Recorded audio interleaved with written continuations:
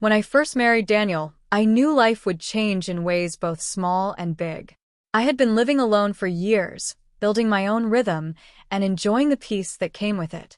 But marrying him meant not only sharing my days with someone again, it also meant becoming a stepmother to his 12-year-old son, Ryan. To be honest, that part scared me the most. I had no children of my own, and stepping into the role of a parent to a boy who already had his own world felt like standing on shaky ground. Ryan was a good kid, but quiet. He spent most of his free time with headphones on, tucked away in his room, or glued to his video games. I wanted to connect with him, but it felt like everything I did was either too much or not enough. Sometimes I wondered if he even wanted me around, or if he was just tolerating me because of his dad. One of the things that had always kept me grounded was my garden.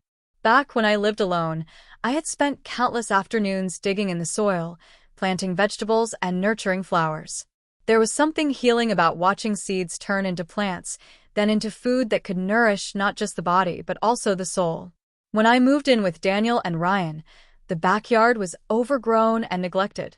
Weeds had claimed most of the space, and the soil looked like it hadn't been touched in years. I saw it as a challenge. I wanted to bring that space back to life, not just for me, but for all of us. Maybe, I thought, if I involved Ryan in it somehow, we might find common ground. At first, he had no interest. The first time I asked him to help me plant tomatoes, he looked at me like I was speaking another language. "Why would I want to dig in dirt when I could be playing online with my friends?" he muttered, retreating back into his room. I didn't push. I just kept working one day at a time, clearing out the weeds, enriching the soil, and planting rows of vegetables: tomatoes, cucumbers, carrots, lettuce, peppers, and even strawberries. Slowly, the garden began to transform. It wasn't just about food anymore. It became a symbol of patience, resilience, and new beginnings.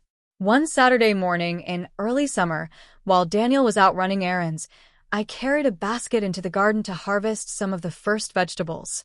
The tomatoes were ripe, bursting with a deep red color that almost glowed in the sunlight. The cucumbers were crisp and cool to the touch. I filled the basket until it overflowed, proud of what the earth had given back after so much care. That's when Ryan came outside. He usually slept in late on weekends, so I was surprised to see him. His hair was messy, and he wore a t-shirt that looked like it had seen better days. He squinted at the sunlight, and then at me. "What are you doing?" he asked, his voice carrying that familiar mix of curiosity and disinterest. "Harvesting," I said with a smile, holding up the basket. "Want to see?" He shrugged, but he didn't go back inside. Instead, he walked closer. His eyes lingered on the bright tomatoes and the shiny cucumbers. "You grew all this?" he asked, his voice carrying more surprise than skepticism. "Yep," I said, wiping my hands on my jeans. "Well, me and the earth. But mostly a lot of patience." Ryan reached out and picked up one of the tomatoes, turning it in his hands. He looked at it like it was something rare, not just an ordinary fruit you could buy at any grocery store. "I didn't know food could look like this," he said quietly. That sentence stopped me. I realized he had grown up on store-bought food, packaged snacks, frozen dinners, takeout. It wasn't that Daniel didn't care, but between his demanding job and the chaos of raising a son after losing his first wife, convenience had taken priority over fresh meals. Ryan had never had the chance to see where food actually came from, or to taste something that hadn't been processed and shipped across states before landing on a shelf. "Want to try one?" I asked gently. He hesitated, then nodded. I handed him a small cherry tomato, still warm from the sun. He popped it into his mouth, and his eyes widened instantly. "Whoa," he said, almost laughing. "That's sweet. It doesn't even taste like the ones from the store." I couldn't help but laugh too. That's because it's real. Straight from the vine. No chemicals, no sitting in a truck for a week. Just sunshine and soil. Ryan grabbed another one without asking, and then another. He looked like he couldn't believe what he was tasting. It was such a simple thing, but in that moment, something shifted. I could feel it. He said between bites. "This is actually kind of cool. Can I help next time?" The words caught me off guard. For weeks, I had been hoping he'd show some interest, and now here he was volunteering. "Of course," I said, my heart swelling. We can plant some more together. Maybe even grow something you like. He thought for a moment. Could we try watermelon? Or maybe corn? I saw a video once of people growing corn in their backyard. Absolutely, I said. We'll make space for it. That afternoon, Ryan didn't go back to his video games. Instead, he stayed outside with me. He asked questions, lots of them. How long does it take for seeds to sprout?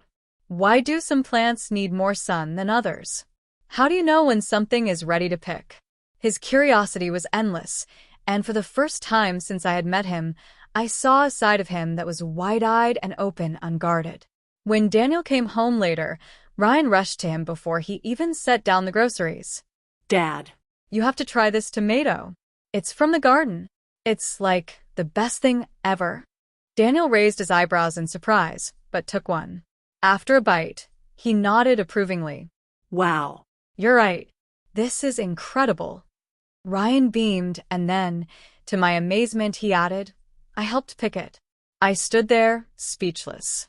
It wasn't just his reaction to the taste that floored me, but the pride he took in being part of it, even if it was only the harvesting.